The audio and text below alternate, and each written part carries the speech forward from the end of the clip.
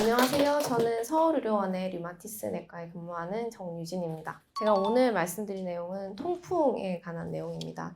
다들 통풍은 한 번쯤 들어보셨고 주변에도 좀 있으실 텐데요. 통풍은 한문으로 아플 통에 바람 풍자를 씁니다. 그래서 바람만 불어도 아프다라고 표현을 하죠. 사실 근데 제가 생각했을 땐 바람이 안 불어도 아파요. 그냥 가만히 있어도 아프거든요. 그래서 지금 발가락을 보시면 이 오른쪽 발에 지금 통풍이 온 건데 저렇게 발가락이나 발등에 이렇게 빨갛게 발적이 생기고 그리고 너무 붓기 때문에 아파서 걸을 수가 없는 지경까지 가게 됩니다. 그래서 굉장히 삶의 질을 떨어뜨리는 질환으로도 알려져 있는데 사실 저는 류마티스 내과 의사로서 가장 치료가 쉬운 병이 뭐냐라고 묻는다면 사실 통풍이라고 얘기를 하거든요. 그만큼 치료가 쉬운 병인데 왜 아직까지 통풍으로 고생하는 사람이 많으냐라고 한다면 여러 가지 오해들 때문인 것 같습니다. 그래서 통풍에 대한 여러 가지 오해가 있는데요. 통풍은 남자에게만 생긴다더라. 음식만 조심하면 완치된다. 통풍은 아플 때만 치료하면 된다. 통풍약 오래 먹으면 큰일 난다. 뭐 이런 얘기까지 있습니다. 그래서 이런 얘기들이 다 오해라는 것을 제가 오늘 좀 말씀을 드리고 싶고요. 통풍의 원인은 요산이라고 하는 것입니다.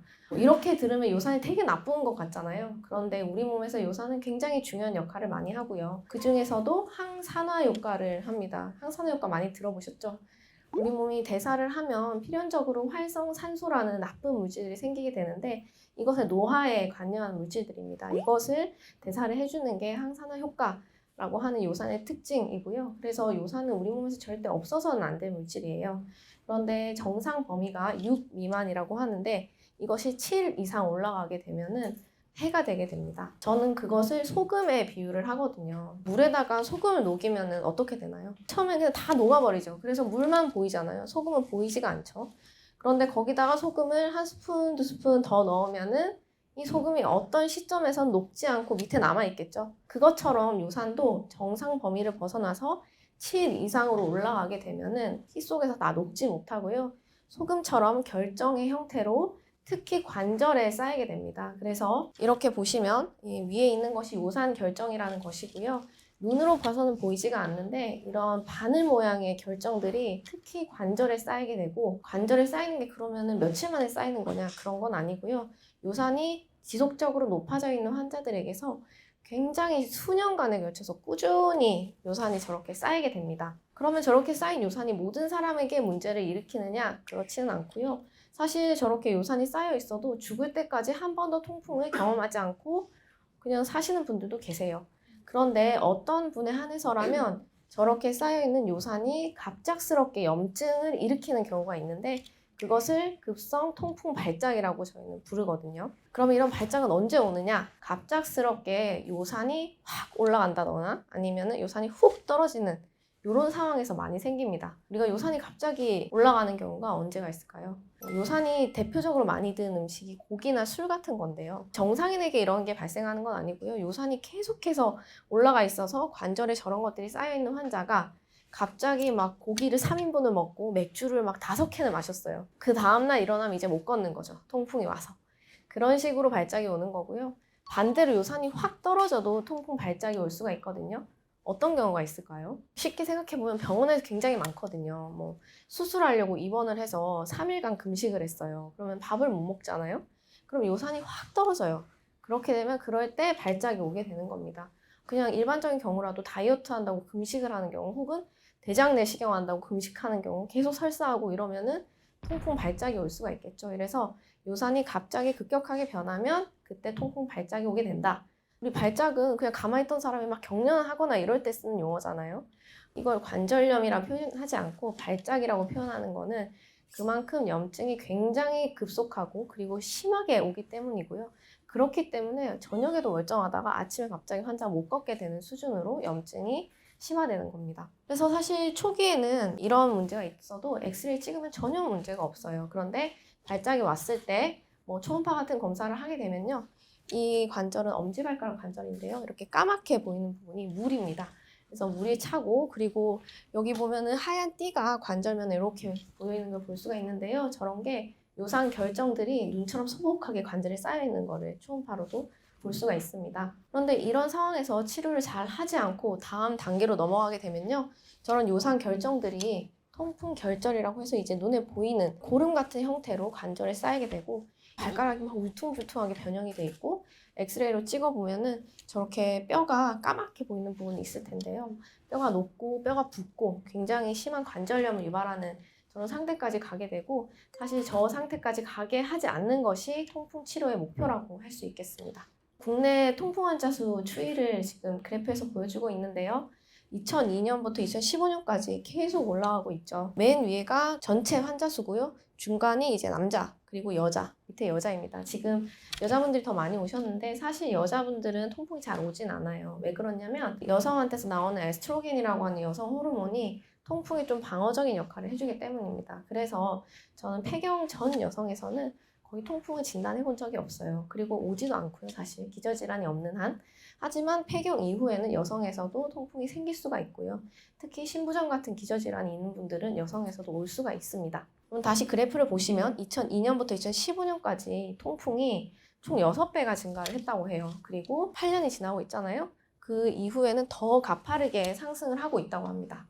그럼 왜 이렇게 통풍이 많아지고 있을까요? 식습관이 변하면서 이런 통풍이 많아지게 되고 있습니다. 요산이 통풍의 원인이라 말씀을 드렸는데 이 요산은 퓨린이라고 부르는 물질이 대사되면서 생기는 대사산물입니다. 그래서 퓨린이 많은 음식을 먹으면 사실 혈중 노상 농도가 올라가게 됩니다. 퓨린이 많은 음식은 대표적으로 적색 고기가 있겠고요. 또 우리나라 사람들이 너무 좋아하는 거 있죠. 내장을 너무 좋아합니다. 그쵸? 순대, 곱창, 순댓국 매일 먹는 남자분들 계시죠?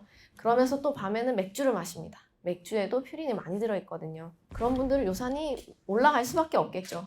근데 또 어떤 분들 이러세요. 통풍 환자예요. 자기는 이제 맥주 안 먹는다고 이제 콜라만 먹는다는 분이 있습니다. 근데 액상과당이라는 게 이제 콜라나 음료에 다 들어있거든요. 액상과당 역시 몸에 들어오면 퓨린으로 바뀌어요. 그렇기 때문에 맥주 많이 먹어서가 아니고 콜라 많이 먹어서 이제 통풍 오는 분들도 있거든요. 그래서 저런 음료수도 다 주의를 해야 된다라고 저는 설명을 드립니다. 그런데 먹는 것만 주의하면 될까요? 라고 하면 의사가 필요 없겠죠. 요산은 이제 먹는 거는 한 30% 정도밖에 관여를 안 합니다. 혈중 요산에. 그래서 아무리 식습관을 다 교정을 해도 요산을 이제 수치화한다면 한 1, 2 정도밖에 안 떨어져요. 그렇기 때문에 사실 먹는 거는 요산이랑 관계가 있지만 전체를 다 이렇게 먹는 걸로 다 관리하는 거는 사실 말이 안 된다라고 말씀드릴 수 있겠고요. 난 요산이 들어있는 음식을 아예 안 먹어요. 전 채식주의자예요. 그런데 저는 왜 요산이 높을까요? 라고 말을 한다면 두 가지로 나눠보면 일단은 요산이 많이 생기는 사람이 있고요. 그리고 요산이 만들어졌는데 잘 안 나가는 사람이 있어요. 근데 사실 잘 안 나가는 사람이 훨씬 더 많거든요. 생성이 많은 경우는 그냥 그 사람이 그런 사람인 거예요. 사실 이런 건 유전적인 것도 많이 차지를 하는데요. 퓨린이 뭐 다른 사람보다 요산을 더 많이 만들어지는 사람이 있을 수가 있고요. 이런 대사적인 것이 영향을 줄 수가 있겠고요. 특히 뭐 근육량이 많은 사람들도 요산이 올라간다고 합니다. 얼마 전에 탤런트 김종국 씨가 통풍 환자라고 하더라고요. 그분은 유전적인 것도 있을 거예요. 분명히 아빠가 통풍이라고 했거든요.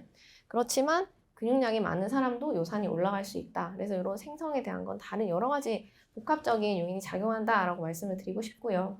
요산이 배출되지 않는 경우 중 가장 많은 수는 신부전 때문입니다.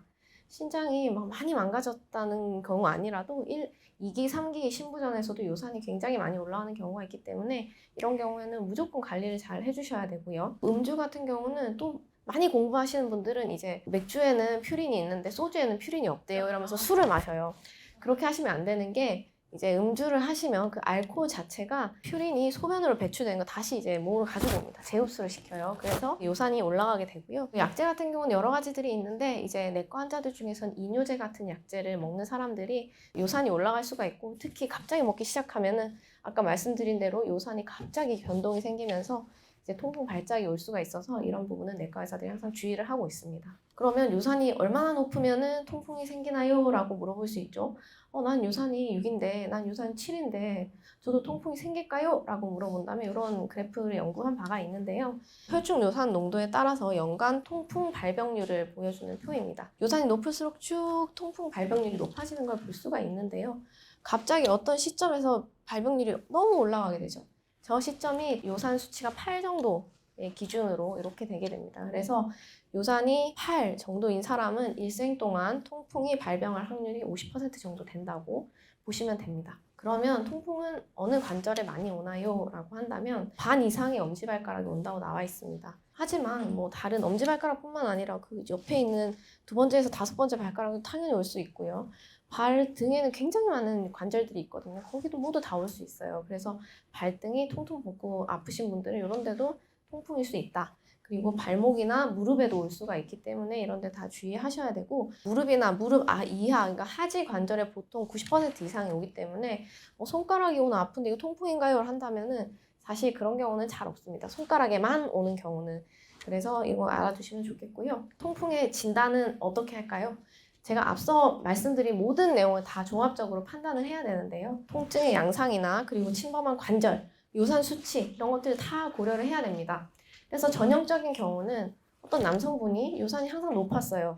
그런데 엄지발가락에 오늘 아침에 자고 일어났는데 너무 아프고 빨갛게 되고 붓고 못 걷겠어요 라는 분이 오시면은 그냥 그 얘기만 듣고 전 통풍을 진단을 하거든요. 그런 경우가 아니라 발목이나 무릎에 뭔가 문제가 생겼는데 이게 일주일 이상 계속 약을 먹어도 아프고 막 이게 2주, 3주 계속 진행된다.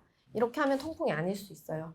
그런 경우에는 뭐 큰 관절에서는 물을 뽑아가지고 그 관절에 있는 그 액체를 현미경으로 봐서 요산 결절이 있는지 검사를 진행을 하기도 합니다. 그래서 이 통풍의 진단이 굉장히 전형적인 경우는 되게 쉬운데 사실 아닌 경우도 있거든요. 비전형적인 경우. 그리고 다른 병원에서 진단이 좀 애매하게 들었다라고 한다면 류마티스 내과에 와서 검사를 하고 진단하는 것이 가장 정확하다고 할 수가 있겠습니다. 그래서 저희 류마티스 내과에서는 진료실에 현미경이랑 초음파를 놓고 이런 검사를 그냥 바로 해요. 왜냐하면 통풍은 갑자기 지나가기 때문에 딱 문제가 생겼을 때 바로 검사를 해야지 뭐 일주일 있다 검사하세요 이렇게 하면 다 좋아져서 검사가 안 될 수 있거든요. 그렇기 때문에 바로 와서 류마티스 내과에서는 검사를 할 수 있다라고 말씀을 드리고요. 통풍의 단계인데요. 치료를 안 했을 때 통풍이 어떻게 진행하는지를 이제 그래프로 나타낸 것입니다. 처음에는 사실 통풍 발작도 안 오고 아무런 증상이 없고 단지 이제 체열을 하면은 요산이 높아져 있는 사람들이 있습니다. 그래서 그 사람들을 무증상 고요산 혈증이라고 표현을 합니다. 이런 분들은 당연히 통증이 없고요. 이런 상태로 몇 년을 이렇게 가만히 몸에는 이제 요산이 쌓이게 되겠죠. 그런 상태에서 갑작스럽게 급성 통풍 발작을 경험하게 됩니다. 그때 너무너무 이제 아프죠. 정말 너무너무 아팠는데 약을 먹으면 2주 만에 그냥 다 좋아집니다. 사실 약 안 먹어도 보통 2주 안에 좋아져요. 그렇기 때문에 이제 난 다 나았다라고 생각하는 경우가 많아요. 이런 그 통풍 발작이 간헐적으로 오는 이런 간헐기 통풍 상태에서는 통풍 발작이 오긴 하지만 그 중간중간에는 전혀 아프지 않은 상태를 경험을 하게 됩니다. 그런데 이게 진행되기 시작하면 점점점 발작의 횟수도 많아지고 그리고 한 번 아플 때 여러 관절이 아프다던가 이런 식으로 굉장히 통증의 강도가 높아지는 형태로 바뀌게 되고요. 이런 상태에서 그냥 내버려둔다 라고 하면 아까 말씀드렸던 통풍 결절이 관절마다 잡히게 되고 이것들이 관절을 망가뜨려서 만성 관절염의 형태로 바뀌게 됩니다. 이런 상황에서는 통풍 발작도 발생할 뿐만 아니라 발작이 지나간 다음에도 계속해서 발가락이 아픈 상태로 지속이 되게 됩니다. 그래서 이런 단계까지 가게 하지 않는 것이 통풍 치료의 목적이라고 할 수가 있겠고요. 그러면 이제 치료를 어떻게 하느냐? 우선 무증상 고요산 혈증인 단계에는 치료를 사실 하진 않습니다. 통풍이 안 왔기 때문에 통풍 치료를 할 필요가 없고요. 하지만 보통 이제 비만인 분들도 많고 식이 습관이 많이 잘못된 분들도 있기 때문에 살 빼고 운동하고 요산이 너무 많은 음식은 제한하세요 라고 설명을 드리고, 그런데 혹시나 신부전이나 아니면 요로결석 같은 것이 있는 사람들은 치료를 하기도 하거든요. 그래서 이런 분들도 반드시 의사랑 상의를 하는 것이 중요하고요. 이런 분들은 또한 만성 질환을 중점적으로 관리하는 것이 중요합니다. 그 이유는 통풍과 만성 질환이 너무 큰 영향이 있기 때문이에요. 이거는 미국의 데이터인데요. 가우트라고 적혀 있는 게 앞에 있는 게 통풍 환자들, 그리고 그 오른쪽에 있는 게 통풍이 없는 환자들을 비교한 표인데, 통풍이 없는 환자들에 비해서 통풍 환자들은 73.9%가 고혈압을 가지고 있다고 하고요. 신부전도 71.1%가 있었다고 합니다. 그것뿐만 아니라 당뇨, 비만 이런 것들도 당연히 더 많아지게 되고요. 이런 만성 질환들이 지속적으로 있는 경우에 최종적으로 발생하는 것이 심근경색, 뇌졸중 같은 그런 것들도 통풍 환자들은 14.4%에서 심근경색, 10.4%에서 뇌졸중이 있었다고 합니다. 그렇기 때문에 이 병이 통풍 때문에 왔다는 건 아니고요. 통풍이 있는 사람들이 이런 만성 질환이 많기 때문에 통풍과 함께 잘 관리하는 것이 필요하겠다라고 설명할 수가 있겠습니다. 무증상 고요산혈증 단계를 지나서 통풍 발작이 1년에 2번 이상 오는 단계가 됐어요. 이 단계에서는 이제 어떻게 치료를 하게 되냐라고 말씀하시면 아픈 상태에서는 아픈 거 먼저 치료해 주는 게 중요하겠죠. 그래서 아프지 않게 하는 것이 주 목적입니다. 약은 아플 때만 먹게 되고요. 그 약들은 진통소염제, 코리친 뭐 이런 대표적인 약인데요. 침부전이 있는 환자라면 이런 약들을 쓰면 안 되거든요. 스테로이드나 혹은 뭐 큰 관절에 문제가 생기면 주사를 하기도 하고요. 이런 식으로 치료를 하게 됩니다. 그럼 여기서 치료를 그만하면 될까요? 절대 안 되고요. 저런 상태에서 급성 통풍 발작이 지나가고 이제 하나도 안 아픈 상태에서 병원을 무조건 다시 방문을 해야 됩니다. 병원에 다시 오셔서 통풍을 다시 재발하지 않도록 하는 치료를 해야 됩니다. 이건 아프지 않게 하는 것이 주 목적이 아니라 재발하지 않게 하는 게 목적이고, 그렇기 때문에 통풍의 원인인 요산을 떨어뜨리는 근본적인 치료를 해야 된다는 뜻입니다. 그래서 이 치료를 요산 강화 치료라고 하고요. 현재 사용하는 약은 페브릭이나 자이로릭이라는 상품명의 약제들입니다. 이 약을 먹으면 요산이 안정적인 상태로 떨어지게 할 수 있기 때문에 이 약을 1년, 2년 이렇게 꾸준히 드신다면 그 이후에는 통풍 발작을 경험하지 않을 수가 있습니다. 그럼 앞서 말씀드린 통풍에 대한 오해를 다시 말씀드릴 텐데요. 통풍은 남자에게만 발생하는 질환이 아니죠. 여성에서도 폐경 이후에는 올 수 있고, 특히나 신부전이 있는 여성분들은 통풍 많이 생깁니다. 그리고 통풍은 음식만 조절하면 될까요? 절대 그렇지 않고요. 아까 말씀드린 대로 아무리 살이 빼고 아무리 먹는 걸 조절해도 요산이 여전히 높은 사람들이 많습니다. 그렇기 때문에 먹는 것만으로는 절대로 조절할 수 없다. 그리고 아플 때만 치료하면 계속 이제 다음 단계로 진행을 하게 되는 거예요. 그렇기 때문에 아플 때 치료하고 나서 무조건 안 아프더라도 한 달 이내에 병원을 와서 요산 강화 치료를 받아야 된다. 통풍약은 오래 먹으면 큰일 난다는 얘기가 있는데요. 사실 모든 약엔 부작용이 있을 수 있어요. 통풍약에도 간 수치를 올릴 수 있는 그런 부작용이 있거든요. 그렇기 때문에 먹을 때 계속 간 수치나 이런 것들을 모니터하면서 먹게 되고요.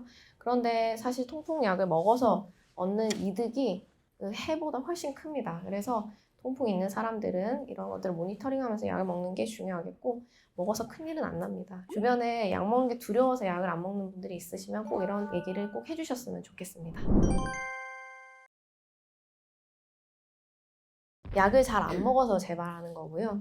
그 약을 사실 먹고 나서 1, 2년 정도는 요산이 안정적인 상태가 아니기 때문에 그런 상황에서는 갑자기 술을 많이 먹는다거나 아니면 아까 말씀드렸던 요산이 갑자기 올라가거나 떨어지는 상태를 많이 만드는 경우에는 통풍 발작이 올 수가 있습니다. 그런데 2년 이상 안정적으로 요산을 유지하고 있으면 사실 술을 먹거나 해도 안 올 수가 있거든요. 그래서 재발을 하는 환자라면 사실 그 표준 치료를 잘 못하고 있는 경우가 많을 수가 있겠고, 그리고 약을 먹다 안 먹다 하시는 분들도 재발이 많이 옵니다. 왜냐하면 아까 말씀드린 대로 요산이 계속 왔다 갔다 하면 안 좋거든요. 근데 약을 먹었다 안 먹었다 하면 요산이 왔다 갔다 하게 되고, 이런 경우에는 사실 약을 안 먹는 이만 못하는 경우가 생길 수가 있습니다. 약을 잘 먹고 있는 사람은 사실 재발을 하기가 어렵고요.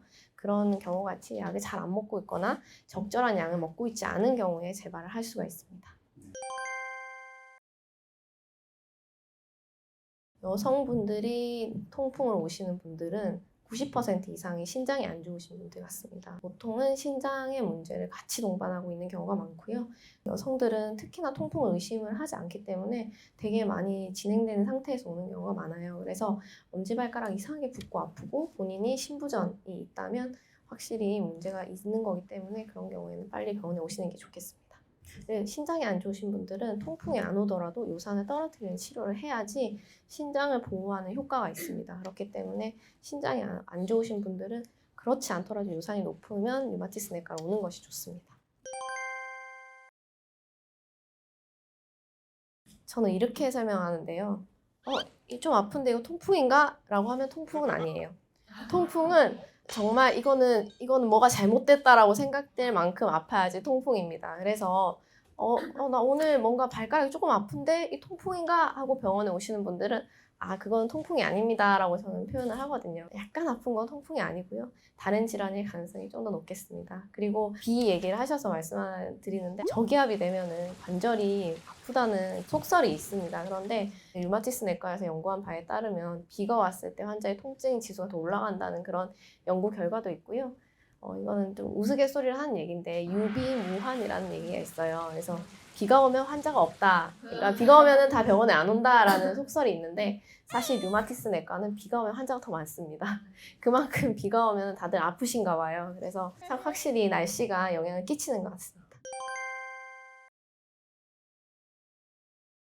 그것이 되게 어려운 문제인데요. 너무 관리를 잘하는데도 요산이 높아져 있는 환자도 있고 또 신장이나 이런 문제 때문에 요산이 계속 높아져 있는 사람들은 평생 약을 먹어야 합니다. 신장 보호하는 효과도 있고 사실 통풍이 한 번 발생하면 굉장히 삶의 질이 떨어지고 문제가 생기는데 그걸 평생 동안 예방할 수 있다면 약 하나 먹는 거는 사실 크게 문제는 안 되잖아요. 그렇기 때문에 평생 약을 먹어야 될 수도 있고요. 어떤 분에 한해서는 정말 이제 생활 습관이 너무 안 좋아서 통풍이 생기는 경우도 있거든요. 막 살이 20kg가 찌고 매일매일 맥주를 먹는 분들이 통풍이 생긴 경우라면 약을 먹다가 이런 생활 습관을 교정하면서 요산이 많이 떨어지면 약을 끊어볼 수도 있습니다. 저는 통풍을 잘 치료하고 있는 환자한테 고기 먹지 말라고 안 하거든요. 사실 술도 막 무조건 먹지 말라고 안 합니다. 왜냐면 이제 요산이 잘 조절되고 있으면 그런 것들 먹는 거를 더 자유롭게 먹을 수 있거든요. 그렇기 때문에 약을 잘 드시고 그리고 이런 걸 먹고 싶으면 약을 더 잘 드시라라고 얘기를 합니다. 그래서 저는 저희한테 오는 환자들 막 무조건 맥주 마시지 말라 이런 얘기 안 하고요. 제일 안타까운 경우가 통풍이라서 고기 안 먹는 할아버지들이 계십니다. 자기 너무 통풍으로 고생해서 옛날부터 고기 안 먹었다고.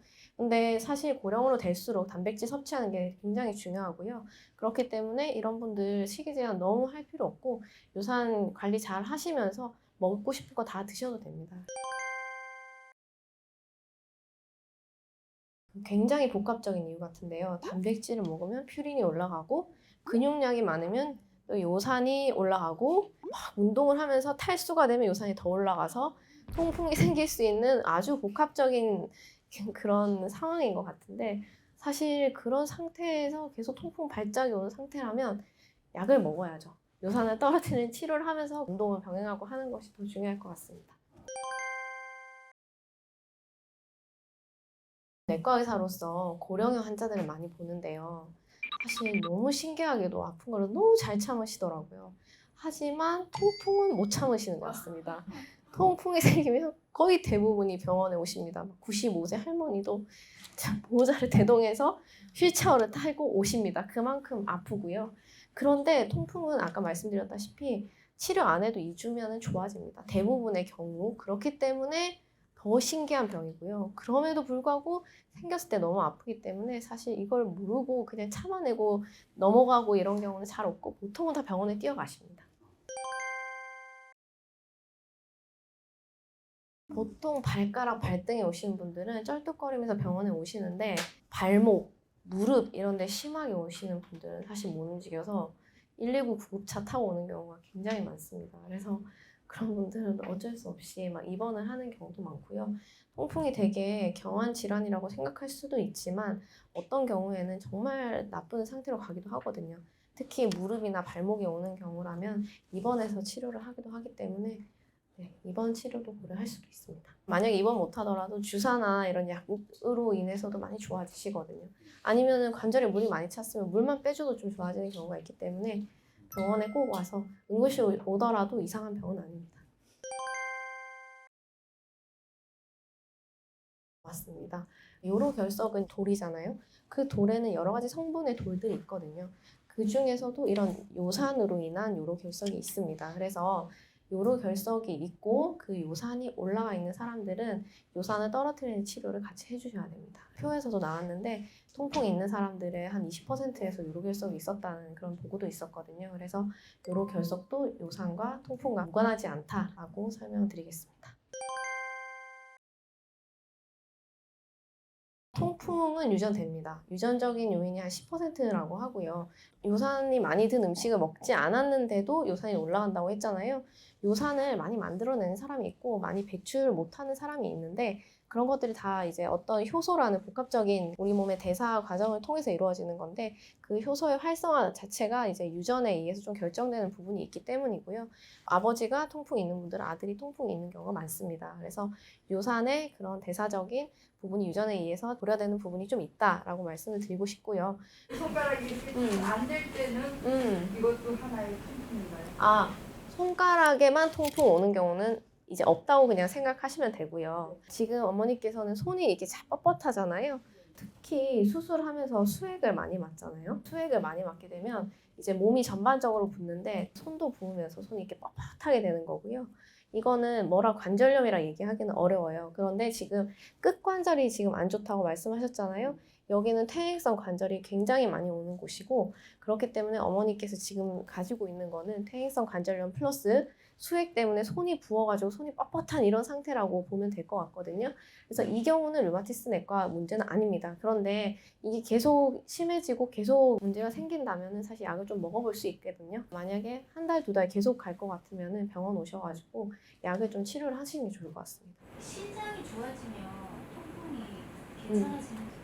신장이 좋아지는 경우에 당연히 요산도 다 같이 떨어질 수 있습니다. 근데 신장이라고 하는 것이 급성 신부전이라는 게 있고 만성 신부전이라고 하는 것이 있는데 우리가 일반적으로 신장이 안 좋다고 하는 건 만성 신부전을 뜻하는 것이고 이 신장은 한 번 조금씩 안 좋아지기 시작하면 이게 완전히 정상으로 돌아가기는 힘들거든요. 그래서 보통은 이 만성 신부전이 진행됨에 따라서 요산이 계속 올라가게 되고 이게 갑자기 막 좋아지는 경우는 급성 신부전이 아니라면 드물다라고 말씀을 좀 드리고 싶습니다. 정해진 거 아유, 감사드립니다.